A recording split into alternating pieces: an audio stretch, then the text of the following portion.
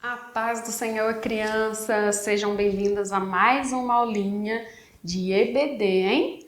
Na verdade, a gente faz um resuminho para que vocês venham para a escola, venham aprender e em casa tem ali um resuminho para estar revisando, né? Você que não pode estar vindo, porque realmente não pode estar vindo às aulas, você vem. Pega o videozinho em casa e tenta seguir as aulinhas. Pesquisa, pede para a família pesquisar lá na Bíblia, tudo que for necessário, amém? E hoje a gente vai falar de algo muito especial, de alguém especial. E vamos dizer também que vamos falar de um amor especial, amém? E que amor é esse? O amor de Jesus por nós. Olha que coisa mais linda, né? Jesus faz um jovem voltar a viver. Mas mais importante do que esse tema é a gente saber o quanto Jesus nos ama. E por que será que ele faz um jovem voltar a viver? Amém? Vamos lá? Então, para a gente entender, vamos lá no memorizar. O Senhor, ele é bom, tem muita misericórdia. Olha só, hein? E o nosso objetivo hoje é aprender que Jesus está pronto para nos ajudar nas horas difíceis. Naquele momento que você está ali no aperto, que você está triste, que você está numa dificuldade. Ou então que você está tentando algo que ainda não sabe por onde ir. Já pensou? Quem pode te ajudar? Jesus. Faz o teste. Vai lá. Tenha fé, crê no Senhor e ora. Tenha fé, crê no Senhor e ora. Você vai ver o resultado daquilo que é mais importante para a sua vida, que é viver o amor de Jesus. Amém? E para falar um pouquinho da nossa história, a gente vai lá em Naim. Lá em Naim era uma cidade onde Jesus estava chegando com os seus discípulos. E quando ele chegou lá, estava acontecendo algo muito triste, por sinal. Naquela época era normal as pessoas, quando ia levar as pessoas que estavam mortas para enterrar, na verdade eles não enterravam, né? Eles colocavam ali num lugar ali bem fechadinho, numa pedra, né? E ali naquele percurso ia passando pela cidade, todos iam vendo aquela família carregando o seu ente querido. Pensa que triste. Não é uma cena triste? Pois é. E tinha uma mãe carregando o seu filho para levá-lo até o seu enterro. Ele estava morto. E Jesus chegou e viu a tristeza daquela mulher. Ele viu o quanto ela sofria. E comovente e triste com aquilo e sabendo que poderia fazer algo por aquela mulher, o Senhor foi lá e deu um sopro de vida naquele menino, né? Naquele jovem. Ele falou, o Senhor ordenou e foi o que aconteceu. Ele voltou a viver. Crianças, o mais importante disso, o que a gente tira? Jesus nos ama. Ele viu no olhar daquela viúva, porque era só o que ela tinha ali naquele momento, era aquele filho que ela estava levando para enterrar. Só que Jesus viu ali o sofrimento dela.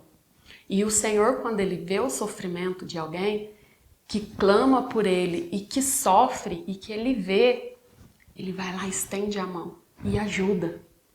Basta você pedir, porque nos dias de hoje, digamos que é diferente o milagre do Senhor na nossa vida, né? Dificilmente você vai ouvir falar que tinha alguém sendo enterrado ali e que voltou a viver. Mas provavelmente você vai ouvir falar que o Senhor fez grandes maravilhas. Um exemplo? Cura. Ora por cura. Se você tem alguém na sua família, algum amigo, um ente querido, alguém por quem você tem sofrido vendo a dor dele, ora. O Senhor faz um milagre.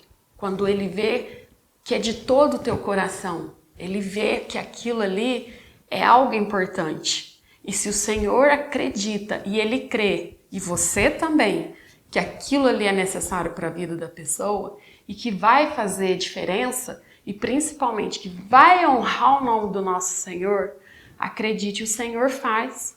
Ele ainda faz milagres. O Senhor muda vidas. Sabia disso? Quantas pessoas nesse mundo estão numa vida muito difícil? Sofrem muito. Crianças abandonadas. Pois é. O Senhor vai lá e resgata elas, sabia? O Senhor, ele vai aonde a pessoa está no sofrimento e resgata ela e dá uma vida nova para ela. Isso acontece, crianças. Por isso é importante a gente compreender o amor do Senhor por nós. Que amor é esse, né? Um amor lindo, que supera tudo. O Senhor, ele é tão bom, tão carinhoso conosco, que Ele é capaz de nos olhar, nos amar, nos perdoar e nos aceitar como somos, do jeitinho que somos. E às vezes Ele, claro, dá um jeitinho de fazer um ajustezinho, né? De puxar uma orelhinha, né? Quando a criança está desobediente, quando a gente está fugindo daquilo que é obra do Senhor para a nossa vida. Porque o Senhor tem propósito para as nossas vidas, né? Que a gente possa seguir aquilo que o Senhor deseja para nós. Mas acima de tudo, crianças, levem amor para aqueles que precisam. Olhe com o olhar de amor, de irmão, para aqueles que realmente estão necessitando nesse momento. A gente precisa disso. Semear o amor de Jesus para que outras pessoas venham a conhecer o Senhor. E principalmente, que a gente possa sempre fortalecer a nossa fé. Porque é isso que o Senhor espera de nós. Que estamos preparados, ou nem sempre, mas que estamos dispostos a levar esse amor de Jesus. Amém? Deus abençoe sua semana, semana da família, e logo, logo tem mais.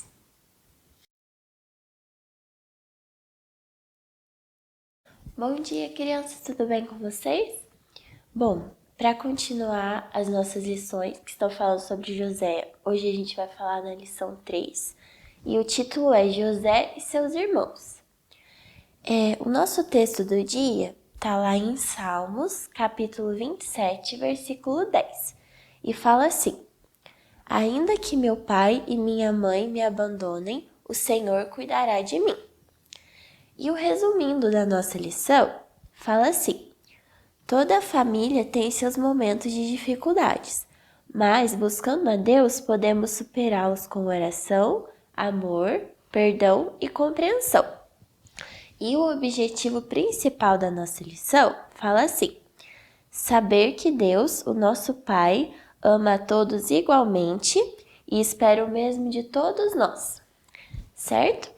Então, para relembrar a nossa lição, vocês já viram que José era filho de Jacó, ele tinha vários outros filhos com algumas outras mulheres, porque na época era comum isso acontecer, um homem ter mais de uma mulher, mas Deus não gostava disso, só que era a cultura deles. Só que assim como Jacó tinha um filho preferido, ele também tinha uma esposa que ele amava mais, e essa esposa era Raquel. E aí, como José tinha vindo da Raquel, ele tinha sido o primeiro filho que o Jacó teve com ela, ele acabava, por esse e por vários outros motivos, sendo o filho preferido do Jacó. E aí, chegou um dia que a Raquel teve mais um filho, o nome dele foi Benjamim. E aí, no trabalho de parto dela, houve algumas complicações e ela acabou morrendo quando ela deu à luz ao Benjamim. E aí o Jacó ficou muito triste e sofrendo porque era a mulher que ele amava. Ele tinha sofrido muito e trabalhado muitos anos para conseguir casar com a Raquel. E aí ele ficou muito mal. Isso acabou aproximando ele ainda mais do José. Ele era o filho que ficava mais próximo dele, ele era o mais obediente, o que mais respeitava, tudo que o Jacó fazia, ele ficava perto para fazer junto também. Isso fez com que os dois tivessem uma ligação muito forte, mais forte do que o Jacó com os outros filhos dele. E isso gerava um sentimento muito ruim nos outros irmãos de José, porque eles viam e sentiam inveja, sentiam ciúme, eles achavam que o pai deles tinha um favorito, não tratava eles igual, e acabava que, como todos os outros 10 irmãos sentiam isso, eles se juntavam para ficar contra José. E aí acabava que o José ficava excluído dos irmãos e ficava mais junto com o pai dele. E aí, o que aconteceu? Outro detalhe é que o Jacó também já era um pouco mais velho e os irmãos do José também já eram adultos. E aí o José nasceu, ele era mais novinho, acabava sendo aquele filho que ficava mais pertinho do pai mesmo, precisava de mais atenção, aconteceu várias coisas. E aí, foi passando o tempo, toda a família já sabia desse drama todo que acontecia entre os irmãos. E aí, o José já era um jovem de 17 anos e os irmãos dele já eram mais velhos. Eles todos cuidavam do rebanho do pai. Mas mesmo assim, os irmãos de José não tratavam ele do mesmo jeito. Se eles estavam no rebanho junto, eles falavam mal do José, desprezavam ele. E aí o José não ficava bem, né? Mas o pai de José, o Jacó, continuava agradando muito ele. Agradando tanto que teve um dia que ele deu uma túnica. Todo mundo já ouviu falar dessa túnica, né? Uma túnica toda colorida, que tinha um significado muito forte. Ele deu essa túnica para o José. E os irmãos viram aquilo e começaram a ficar com mais raiva ainda do José. Com mais inveja, porque nenhum deles nunca tinha ganhado uma roupa bonita daquela. Mas aí o José recebeu a túnica e tudo mais, porque foi um presente especial, mas continuou gerando muita discórdia entre os irmãos de José. O mais importante que a gente tem que saber de tudo isso, porque o que aconteceu depois a gente vai saber nas próximas lições, mas o que a gente tem que saber de mais importante nessa lição é que alguns conflitos podem acontecer dentro da nossa família, mas a nossa lição pede pra gente sempre estar orando pela nossa família. Principalmente vocês, crianças. Deus tem um carinho muito grande com as crianças, com todas as pessoas, mas as crianças são especiais. O reino do céu é das crianças. Então, se acontece alguma discórdia dentro de casa, se tem ciúme, se tem inveja, se tem sentimento ruim entre os irmãos ou entre o papai e a mamãe, as crianças têm muito poder para orar para Deus e pedir para mudar a situação, porque com certeza Deus vai ouvir a oração das crianças. E as crianças precisam aprender desde a idade de vocês que o pai e a mãe não precisa ter um filho favorito. Pode tratar todos iguais, o papai e a mamãe também pode aprender isso, os papais que estiverem ouvindo em casa. Tratar os filhos iguais, mesmo sendo pequenos ou sendo grandes. E os filhos têm que saber também que eles nasceram da mamãe, então eles são sim muito importantes. Não precisa ter inveja do irmão, nem ciúme quando ele ganhar alguma coisa ou não, igual acontecia com o José, porque ele acabava ficando excluído. E isso também a gente pode levar para fora de casa.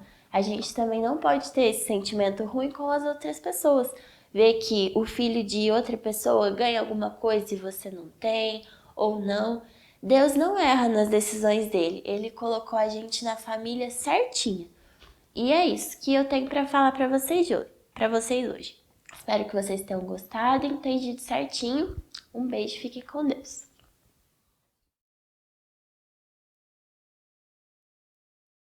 Bom dia, irmãos, bom dia, adolescente, bom dia a todos vocês que nos acompanham cada domingo para nós aprender, para nós nos alimentar da palavra do Senhor.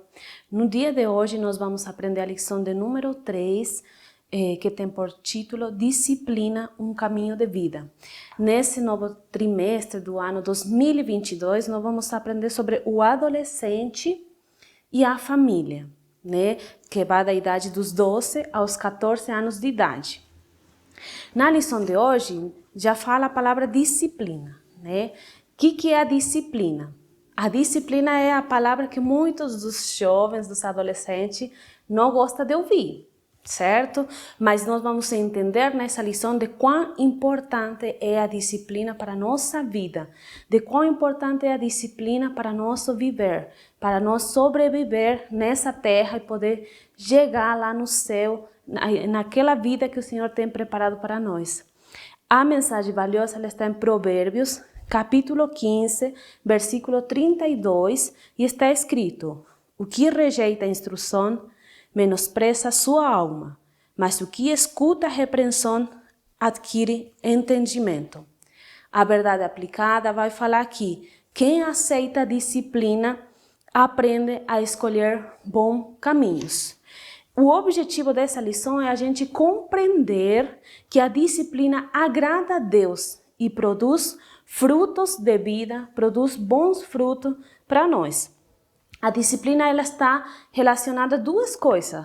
Está relacionada à obediência e está relacionada à correção ou à repreensão, né? E nós vamos ver aqui que quando a gente une a disciplina de Deus e a disciplina humana, nós somos capazes de resistir ao pecado. Então, a disciplina ela vai te trazer bons frutos, e quais são esses frutos? É a vida.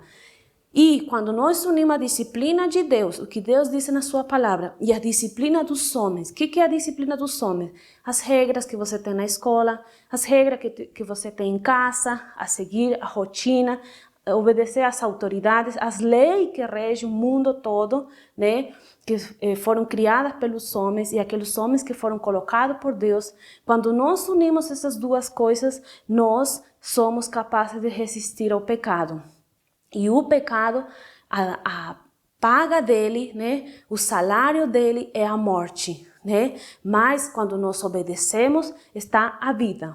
Por isso que a disciplina tem a ver com a gente obter vida e bons frutos para nós, certo? Então, ter disciplina é ter obediência, né? É obedecer às regras e aos superiores e aceitar as correções quando a gente erra.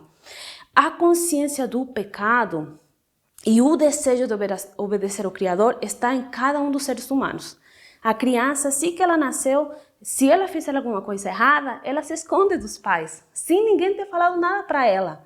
Por que ela esconde? Porque ela sabe na sua consciência que ela fez alguma coisa errada. Então, a gente já nasce com essa consciência do pecado e com essa consciência de obedecer ao Criador, mas está em nós decidir. Muitas das vezes a gente imagina que Deus é esse ser, essa pessoa autoritária que só manda, que só quer que a gente faça o que ele mandou e pronto, acabou. Não, se Deus fosse essa pessoa autoritária, ele não nos teria criado com livre-arbítrio. Então, a primeira coisa que a gente tem, o livre-arbítrio, é a oportunidade de decidir e escolher o caminho que queremos seguir, né? Mas ele coloca na sua palavra certas regras para nós seguir e as regras elas servem para nos proteger, para nos direcionar. Proteger contra quem? Contra nós mesmos, porque o mal está em nós. A palavra vai falar, vocês todos são mal.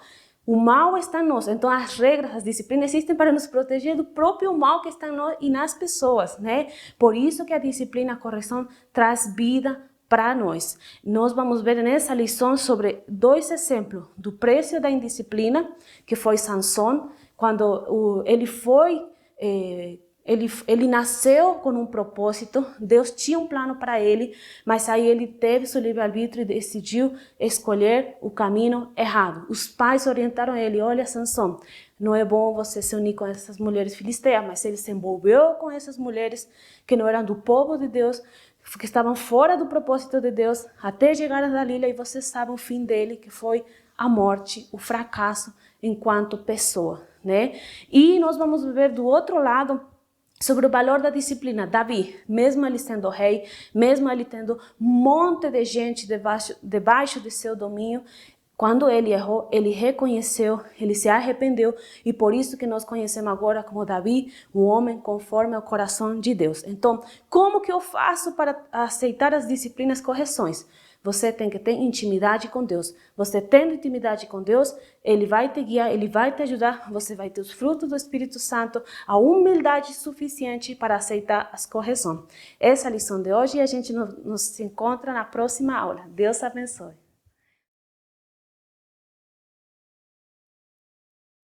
A paz do Senhor, irmãos.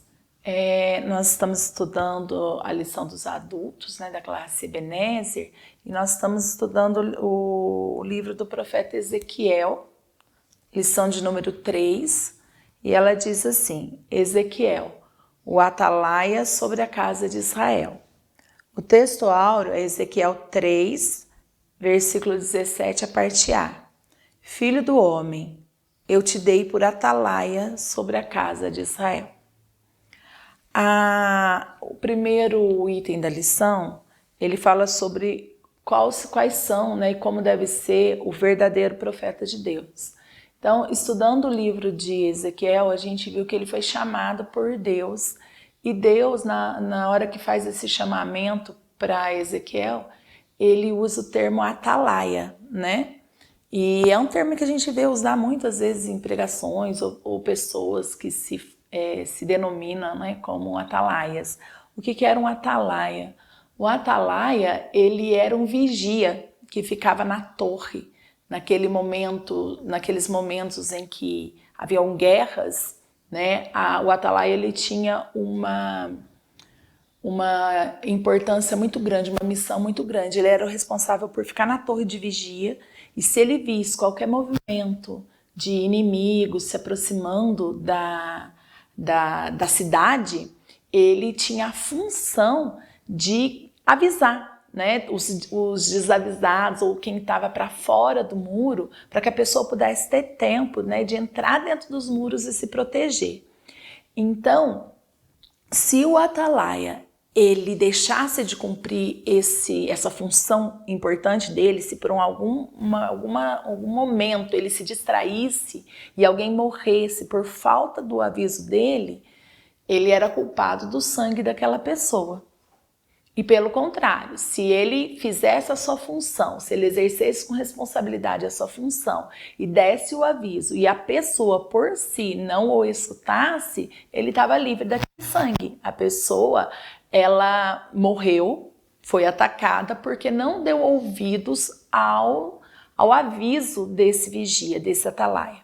Então, Deus usa essa palavra na hora que ele chama Ezequiel para a missão, porque era essa a missão mesmo que Ezequiel teria, né? Ele teria a missão de avisar as pessoas do que estava acontecendo, né? Do caminho que elas estavam tomando, que era um caminho errado, e orientá-las para que elas se voltassem para Deus, porque Israel, mais uma vez, estava afastado dos caminhos do Senhor. Então, esse item número 1, ele vai falar sobre essa missão do verdadeiro profeta de Deus, do verdadeiro atalaia, que primeiro tem as características que ele tem que ter, né? Que ele tem que ser de alta confiança, ele tem que ser confiável.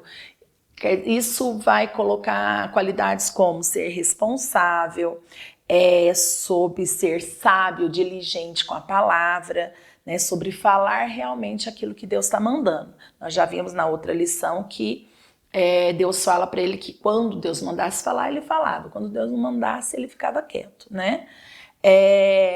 Fala que uma outra característica de um verdadeiro profeta também é que ele tem que internalizar a palavra de Deus. E Deus fala numa visão com Ezequiel que ele tinha que comer o rolo, né? Simbolizando que ele tinha que comer a palavra.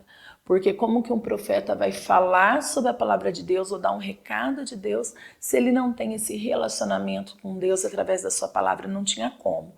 Então Deus estava dando, né, o exemplo através de Ezequiel o que tinha que ser feito. Que ele tinha que se comprometer com a palavra a ponto de comê-la, né? E que ele tem que estar consciente da sua missão, de qual que é a verdadeira missão do profeta ou do cristão, que é levar a palavra de Deus, que é avisar as pessoas que o tempo de Deus, que a volta de Jesus, ela está próxima. O item número 2 fala que Deus não tem prazer na morte do ímpio. Que quando ele fala com Ezequiel, Deus é bem claro para falar para ele que depois que ele falasse com as pessoas, né, aí sim, as pessoas que não dessem ouvido seriam responsabilizadas. Do contrário, Deus não tem prazer, ele fala que ele não tem prazer na morte de nenhum ímpio. Então, para Deus, todas nós, né, seríamos salvos, só que depende da nossa vontade. Então, o item 2 fala que o julgamento de Deus é reto e justo. Deus não tem o ímpio por inocente. Então, Deus fala muito claramente que se um justo, em certo momento, ele deixar de ser justo, ele vai ser condenado também. Porque nós não temos como cristãos como se fosse assim, créditos que a gente vai acumulando para depois nos dar o direito de pecar. Então assim, eu já fui 20 anos, 30 anos crente e agora eu posso pecar. Não existe isso. Eu posso passar uma vida toda obedecendo a Deus e se em algum momento eu deixar de obedecer, eu vou ser culpado. E da mesma forma o contrário. Se eu fui ímpio a vida toda, se eu pequei, mas em um certo momento da minha vida eu me arrependo, Deus esquece dos meus pecados, Ele me perdoa. Então, assim, ninguém tem crédito. Dentro do item 2, diz que a justiça do justo não o fará escapar no dia de sua prevaricação, no dia que ele deixa, né, de realizar aquilo que é da responsabilidade dele e da nossa responsabilidade como igreja. E por último, item 3, fala que muitos são ouvintes, mas não são praticantes, que é o que acontecia em Judá. Eles achavam que por serem descendentes de Abraão, eles não precisavam fazer nada, não precisavam seguir as ordens de Deus, que eles já estavam garantidos na terra. E não é assim, Deus não gosta de gente presunçosa, né, que se acha. Então ele deixa claro isso, Ezequiel tem que falar isso para o povo de Judá, que não aceitou muito bem esse recado de Deus, né? Porque ninguém gosta de ser contrariado, mas que com o tempo eles foram entendendo, porque Deus manda essa mensagem de juízo, mas dá também depois uma palavra de ânimo para eles. A conclusão da revista diz o seguinte, que a trombeta soará num momento, num abrir e fechar de olhos, mas o povo precisa ser avisado acerca desse som. E que nós, como igreja, fomos constituídos como atalaia sobre o mundo e cabe a cada um exercer seu papel antes que seja tarde demais e que nós não sejamos responsabilizados pelo sangue dessas pessoas, né? A paz do Senhor, fiquem com Deus, até o próximo domingo.